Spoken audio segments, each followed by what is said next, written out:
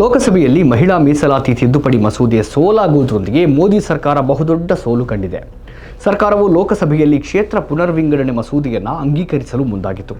ಆದರೆ ಅದಕ್ಕಾಗಿ ಸರ್ಕಾರ ಮುಂದೆ ಮಾಡಿದ ಮಹಿಳಾ ಮೀಸಲಾತಿಯ ಭ್ರಮೆಗೆ ವಿರೋಧ ಪಕ್ಷ ಒಳಗಾಗಲಿಲ್ಲ. ವಿರೋಧ ಪಕ್ಷ ಸರ್ಕಾರದ ಸಾಂವಿಧಾನಿಕ ತಿದ್ದುಪಡಿ ಮಸೂದೆಯನ್ನು ಸೋಲಿಸಿತು. ಮೋದಿ ಸರ್ಕಾರ ಶುಕ್ರವಾರ ಲೋಕಸಭೆಯಲ್ಲಿ ದೊಡ್ಡ ಸೋಲನ್ನು ಅನುಭವಿಸಿತು. ಸಂವಿಧಾನ ತಿದ್ದುಪಡಿ ಮಸೂದೆಯನ್ನು ಲೋಕಸಭೆಯಲ್ಲಿ ಸೋಲಿಸಲಾಯಿತು. ಆದರೆ ಇದು 2023ರಲ್ಲಿ ಅಂಗೀಕಾರಗೊಂಡು ಕಾನೂನಾಗಿರುವ ಮಹಿಳಾ ಮೀಸಲಾತಿ ಮಸೂದೆ ಮೇಲೆ ಪರಿಣಾಮ ಬೀರುವುದಿಲ್ಲ. ಸರ್ಕಾರ ಬಯಸಿದರೆ ಇಂದಿಗೂ ಅದನ್ನು ಕಾರ್ಯಗತಗೊಳಿಸಬಹುದು. ಸೋಲಾಗಿರುವುದು ಕ್ಷೇತ್ರ ಮರುವಿಂಗಡಣೆ ಮತ್ತು ಸಂಸದೀಯ ಸ್ಥಾನಗಳಿಗೆ ಸಂಬಂಧಿಸಿದ ಸಾಂವಿಧಾನಿಕ ತಿದ್ದುಪಡಿ ಮಸೂದೆಗೆ. ಸರ್ಕಾರಕ್ಕೆ ಸದನದಲ್ಲಿ 2/3 ಬಹುಮತ ಸಿಗಲಿಲ್ಲ. 230 ಸಂಸದರು ಇದರ ವಿರುದ್ಧ ಮತ ಚಲಾಯಿಸಿದರು ಮತ್ತು 298 ಸದಸ್ಯರು ಪರವಾಗಿ ಮತ ಚಲಾಯಿಸಿದರು. ಮೋದಿ ಸರ್ಕಾರ ಇದೇ ಮೊದಲ ಸಲ ಸದನದಲ್ಲಿ ಮಸೂದೆಯೊಂದರಲ್ಲಿ ಇಷ್ಟು ದೊಡ್ಡ ಸೋಲು ಕಂಡಿದೆ. ಈ ಮಸೂದೆಯ ಸೋಲಿನ ನಂತರ ರಾಹುಲ್ ಗಾಂಧಿ ಟಿಎಂಸಿ ನಾಯಕ ಅಭಿಷೇಕ್ ಬ್ಯಾನರ್ಜಿ ಅವರಿಗೆ ಕರೆ ಮಾಡಿ ಎಲ್ಲ ಸಂಸದರನ್ನು ಚುನಾವಣೆ ಮಧ್ಯದಲ್ಲೂ ಕಳುಹಿಸಿ ಸಾಂವಿಧಾನಿಕ ತಿದ್ದುಪಡಿ ಮಸೂದೆ ಅಂಗೀಕಾರವಾಗದಂತೆ ತಡೆದಿದ್ದಕ್ಕಾಗಿ ಧನ್ಯವಾದ ಹೇಳಿದರು. ಇಲ್ಲಿ ಮೋದಿ ಇಂಥದ್ದೊಂದು ಸೋಲು ಕಂಡಿರುವಾಗ ಅತ್ತ ಮೋದಿ ಮಿತ್ರರುಗಳಾದ ಟ್ರಂಪ್ ಮತ್ತು ನೆತನ್ಯಾಹು ಅವರಿಗೂ ಒಂದು ಬಗೆಯ ಸೋಲಾಗಿದೆ. ಲೆಬನಾನ್ ಮೇಲಿನ ಇಸ್ರೇಲ್ ದಾಳಿ ನಿಂತರೆ ಮಾತ್ರವೇ ಮಾತುಕತೆ ಎಂಬ ಇರಾನ್ ಪಟ್ಟು ಟ್ರಂಪ್ ಅವರನ್ನು ಮಣಿಸಿದೆ ಮತ್ತು ಟ್ರಂಪ್ ನೆತನ್ಯಾಹು ಲೆಬನಾನ್ ಮೇಲೆ ದಾಳಿ ಮಾಡುವುದನ್ನು ತಡೆದಿದ್ದಾರೆ. ಈ ನಡುವೆ ಭಾರತ ಸೇರಿದಂತೆ ಜಗತ್ತಿನ ಹಲವು ದೇಶಗಳಿಗೆ ಇರಾನ್ ಒಳ್ಳೆಯ ಸುದ್ದಿಯೊಂದನ್ನು ಕೊಟ್ಟಿದೆ. ಇರಾನ್ ಹಾರ್ಮುಜ್ ಜಲಸಂಧಿಯನ್ನು ತೆರೆದಿದೆ. ಲೆಬನಾನ್ ಇಸ್ರೇಲ್ ನಡುವಿನ 10 ದಿನಗಳ ಕದನ ವಿರಾಮ ಘೋಷಣೆ ಬೆನ್ನಲ್ಲೇ ಇರಾನ್ ಈ ಘೋಷಣೆಯನ್ನು ಮಾಡಿದೆ. ಇರಾನ್ನ ಈ ಘೋಷಣೆಯ ನಂತರ ಕಚ್ಚಾ ತೈಲ ಬೆಲೆಗಳು 11% ಕುಸಿದವು. ಹಾರ್ಮುಜ್ ತನ್ನ ನಿಯಂತ್ರಣದಲ್ಲಿದೆ ಎಂದು ಅಮೆರಿಕ ಬಿಂಬಿಸಿಕೊಳ್ತಾ ಇರುವಾಗ ಅದರ ದಿಗ್ಬಂಧನ ನಿಷ್ಪರಿಣಾಮಕಾರಿಯಾಗಿದೆ ಎಂಬುದನ್ನು ಇರಾನ್ ಸಾಬೀತುಪಡಿಸಿದೆ. ಇರಾನ್ ಹಾರ್ಮುಜ್ ಗಡಿಯನ್ನು ಮುಕ್ತಗೊಳಿಸಿದೆ ಮತ್ತು ಟ್ರಂಪ್ ಅದಕ್ಕೆ ಧನ್ಯವಾದ ಹೇಳ್ತಿದ್ದಾರೆ. ಇರಾನ್ನ ಘೋಷಣೆಯನ್ನು ವಿಜಯವೆಂದು ನೋಡಲಾಗ್ತಾ ಇದೆ ಮತ್ತು ಈ ವಿಡಿಯೋದಲ್ಲಿ ಇರಾನ್ ಅಧ್ಯಕ್ಷ ಪೆಜಿಸಿಯಾ ಅವರ ಸೈಕ್ಲಿಂಗ್ ಅನ್ನು ವಿಜಯೋತ್ಸವವೆಂದು ನೋಡಲಾಗ್ತಾ ಇದೆ. ಇರಾನ್ನ ನಾಗರಿಕತೆ ನಾಶ ಮಾಡುವುದಾಗಿ ಹೇಳಿದ ಟ್ರಂಪ್ ಈ ಬಾರಿ ಇರಾನ್ ಅನ್ನು ಮುಗಿಸಿಬಿಡ್ತೇನೆ ಎಂದುಕೊಂಡಿದ್ದ ನೆತನ್ಯಾಹು ಇಬ್ಬರ ದುರಹಂಕಾರವನ್ನು ಇರಾನ್ ಮುರಿದಿದೆ. 49 ದಿನಗಳ ಯುದ್ಧದ ಹೊತ್ತಲ್ಲಿ ಹಲವಾರು ಬಾಂಬ್ ದಾಳಿಗಳು ನಡೆದವು. ಯುರೇನಿಯಂ ಕಳ್ಳತನದ ಘಟನೆಯೂ ನಡೆಯಿತು. ಇದು ಹಲವಾರು ಅಮೆರಿಕನ್ ವಿಮಾನಗಳ ನಾಶಕ್ಕೆ ಕಾರಣವಾಯಿತು. ಪದೇ ಪದೇ ಮಾತುಕತೆಗಳ ನಡುವೆಯೇ ಇರಾನ್ಗೆ ದ್ರೋಹವೆಸಗಲಾಯಿತು.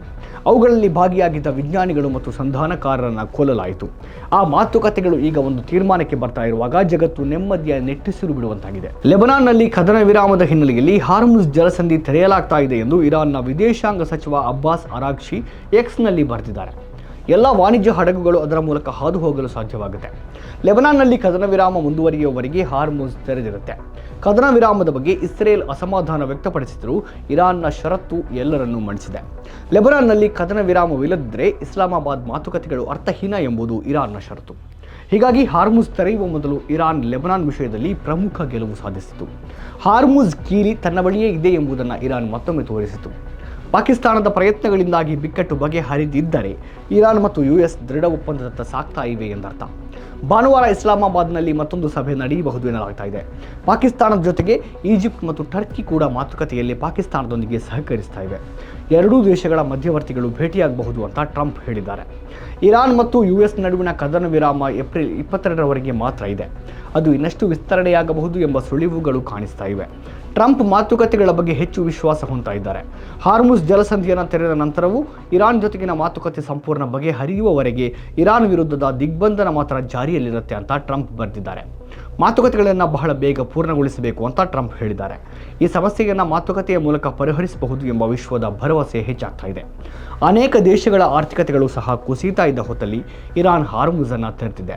ಹಾರ್ಮುಜ್ ತೆರೆದಿರುವ ಈ 10 ದಿನಗಳಲ್ಲಿ ಗಲ್ಫ್ ರಾಷ್ಟ್ರಗಳ ಸ್ಥಗಿತಗೊಂಡ ಸಂಸ್ಕರಣಾಗಾರಗಳು ಮತ್ತೆ ಕಾರ್ಯಾರಂಭ ಮಾಡಲಿವೆ. ಸಮುದ್ರದಲ್ಲಿ ಹಡಗುಗಳ ಚಲನೆ ಮತ್ತೆ ಶುರುವಾಗಲಿದೆ. ಇರಾನ್ನ ಬಂದರು ಮತ್ತು ಕಡಲ ಸಂಸ್ಥೆ ಈಗಾಗಲೇ ಘೋಷಿಸಿದ ಮಾರ್ಗಗಳ ಮೂಲಕವೇ ಈ ಹಡಗುಗಳು ಹಾದು ಹೋಗ್ತವೆ ಅಂತ ಅರಾಗ್ಚಿ ಹೇಳಿದ್ದಾರೆ. ಇದು ಇರಾನ್ಗೆ ಒಂದು ಪ್ರಮುಖ ಗೆಲುವಾಗಿದೆ. ಕೆಲ ದಿನಗಳ ಹಿಂದೆ ಹಡಗುಗಳು ಇರಾನ್ನ ಗಡಿಯ ಪಕ್ಕದಲ್ಲಿರುವ ಮಾರ್ಗದ ಮೂಲಕ ಹಾದು ಹೋಗುತ್ತವೆ ಎಂದು ತೋರಿಸುವ ನಕ್ಷೆಯನ್ನು ಇರಾನ್ ಬಿಡುಗಡೆ ಮಾಡಿತು.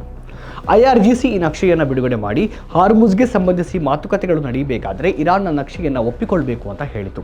ಹಳೆಯ ಮಾರ್ಗದಲ್ಲಿ ತಾನು ಅಳವಡಿಸಿರುವ ಬಾಂಬ್ಗಳು ಈಗ ಎಲ್ಲಿವೆ ಎಂದು ಇರಾನ್ ಹೇಳಿಕೊಂಡಿದೆ.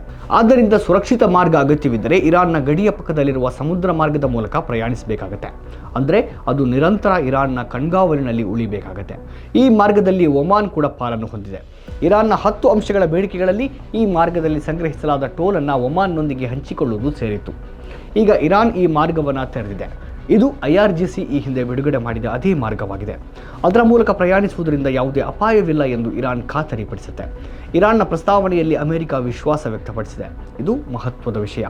ಹಳೆಯ ಮಾರ್ಗದಲ್ಲಿ ಬಾಂಬ್ಗಳಿಲ್ಲ ಎಂದು ತೋರಿಸಲು ಅಮೆರಿಕ ಪ್ರಯತ್ನಿಸಿತು. ಅದು ತನ್ನ ಯುದ್ಧ ನೌಕೆಗಳನ್ನು ಕಳುಹಿಸಿತು, ಆದರೆ ಅದು ವಿಫಲವಾಯಿತು.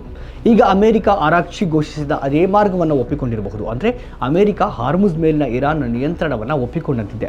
ಅಲ್ಲಿ ತನ್ನ ನೌಕಾಪಡೆ ನಿಯೋಜಿಸುವ ಮೂಲಕ US ತನ್ನ ನಿಯಂತ್ರಣವನ್ನು ಪ್ರದರ್ಶಿಸಲು ಬಯಸಿತು, ಆದರೆ ಅದು ವಿಫಲವಾಯಿತು. ಅಮೆರಿಕದ ದಿಗ್ಬಂಧನದ ನಂತರವೂ ಇರಾನ್ನ 3 ಹಡಗುಗಳು ಹಾರ್ಮುಜ್ ಮೂಲಕ ಹಾದು ಹೋಗಿವೆ ಮತ್ತು ದಿಗ್ಬಂಧನ ಇರಾನ್ಗೆ ಯಾವುದೇ ಹಾನಿ ಉಂಟು ಮಾಡಲಿಲ್ಲ. ಈಗ ಇರಾನ್ ತನ್ನ ಪುಷ್ಟೀಕರಿಸಿದ ಯುರೇನಿಯಂ ದಾಸ್ತಾನನ್ನು ಅಮೆರಿಕಕ್ಕೆ ಹಸ್ತಾಂತರಿಸಲು ಒಪ್ಪಿದೆ ಎನ್ನಲಾಗಿದೆ. ಇದಕ್ಕೆ ಬದಲಾಗಿ ಅಮೆರಿಕ ಇರಾನ್ಗೆ ಯಾವುದೇ ಹಣ ನೀಡುವುದಿಲ್ಲ ಎಂದು ಟ್ರಂಪ್ ತಮ್ಮ ಟ್ವೀಟ್ನಲ್ಲಿ ಸ್ಪಷ್ಟವಾಗಿ ಹೇಳಿದ್ದಾರೆ. ಯುರೇನಿಯಂ ದಾಸ್ತಾನನ್ನು ವಿಶೇಷವಾಗಿ 60% ಪುಷ್ಟೀಕರಿಸಿದ 450 kg ಯುರೇನಿಯಮನ್ನು ಇರಾನ್ ಬಳಸದಂತೆ ನೋಡಿಕೊಳ್ಳಲು ಟ್ರಂಪ್ ಆಡಳಿತ ಬಯಸತ್ತೆ ಅಂತ ಹೇಳಲಾಗಿದೆ. ಇರಾನ್ಗೆ ಹಣದ ಅಗತ್ಯವಿದೆ, ಅದರ ಆರ್ಥಿಕತೆಯೂ ಹದಗೆಟ್ಟಿದೆ. ಮಾತುಕತೆ ಸಮಯದಲ್ಲಿ ಅದು ಪರಿಹಾರ ಕೋರಿತಾದರೂ US ನಿರಾಕರಿಸಿದೆ ಎಂದು ವರದಿಯಾಗಿದೆ. ಇರಾನ್ ನಿರ್ಬಂಧಗಳನ್ನು ತೆಗೆದುಹಾಕಬೇಕೆಂದು ಬಯಸುತ್ತದೆ, ಆದರೆ ಅದು ತನ್ನ ಯುರೇನಿಯಂಗೆ ಬದಲಾಗಿ ಈ ಸಹಾಯವನ್ನು ಒಪ್ಪುತ್ತದೆಯಾ? ಭಾನುವಾರ ಇಸ್ಲಾಮಾಬಾದ್ನಲ್ಲಿ ಮಾತುಕತೆ ನಡೆದರೆ ಪರಿಸ್ಥಿತಿ ಸ್ಪಷ್ಟವಾಗುತ್ತೆ. ಅದೇನೇ ಇದ್ರೂ ಇಸ್ಲಾಮಾಬಾದ್ ಮಾತುಕತೆ 21ನೇ ಶತಮಾನದ ಅತಿ ದೊಡ್ಡ ಜಾಗತಿಕ ಘಟನೆಯಾಗಲಿದೆ. ಇರಾನ್ ಐತಿಹಾಸಿಕ ವಿಜಯದತ್ತ ಸಾಗ್ತಾ ಇದೆ. ಅದರ ಜನರು ಮತ್ತು ಅದರ ನಾಯಕರು ಎಲ್ಲ ಬೆದರಿಕೆಗಳನ್ನು ಎದುರಿಸಿದ್ದಾರೆ. ಆಯತುಲ್ಲಾ ಅಲಿ ಖಾಮಿನೈ ಕ್ಷಿಪಣಿ ದಾಳಿಗಳನ್ನು ಎದುರಿಸಿ ಹುತಾತ್ಮರಾದರು. ಉನ್ನತ ನಾಯಕರ ಹತ್ಯೆಯಾಗ್ತಾ ಇದ್ದಾಗಲೂ ಇರಾನ್ ಅಚಲವಾಗಿಯೇ ಇತ್ತು. ಇರಾನ್ ತನ್ನ ಶಸ್ತ್ರಾಸ್ತ್ರಗಳಿಂದಲ್ಲ, ಆದರೆ ತನ್ನ ಉದ್ದೇಶಗಳಿಂದ ಗೆಲ್ತಾ ಇದೆ. ಇಸ್ರೇಲ್ನ ದುರಹಂಕಾರ ಭಂಗಗೊಂಡಿದೆ, ಅದು ಹೀನಾಯ ಸೋಲನ್ನು ಅನುಭವಿಸಿದೆ. ಇರಾನ್ ಹಾರ್ಮುಜನ್ನು ತೆರೆದು ತನ್ನನ್ನು ಈ ಪ್ರದೇಶದ ನಾಯಕ ಅಂತ ತೋರಿಸಿಕೊಂಡಿದೆ. ಈ ಯುದ್ಧ ಇರಾನ್ಗೆ ತನ್ನ ಶಕ್ತಿ ಪ್ರದರ್ಶಿಸಲು ಅವಕಾಶ ನೀಡಿತು ಮತ್ತು ಇರಾನ್ ಅದನ್ನು ತೋರಿಸಿತು. ಹಾಗಾಗಿಯೇ ಇರಾನ್ ಹಾರ್ಮುಜನ್ನು ತೆರೆದಾಗ ಟ್ರಂಪ್ ಇರಾನ್ಗೆ ಧನ್ಯವಾದ ಹೇಳಬೇಕಾಯಿತು. ನಮ್ಮ ಕಾರ್ಯಕ್ರಮಗಳನ್ನು ನೀವು ನೋಡ್ತಾ ಇದ್ರೆ ನಮ್ಮ ಚಾನೆಲ್ ಅನ್ನ ಸಬ್ಸ್ಕ್ರೈಬ್ ಮಾಡಿ, ಪಕ್ಕದ ಬೆಲ್ ಐಕಾನ್ ಒತ್ತಿ ನಮ್ಮನ್ನ ಬೆಂಬಲಿಸಿ.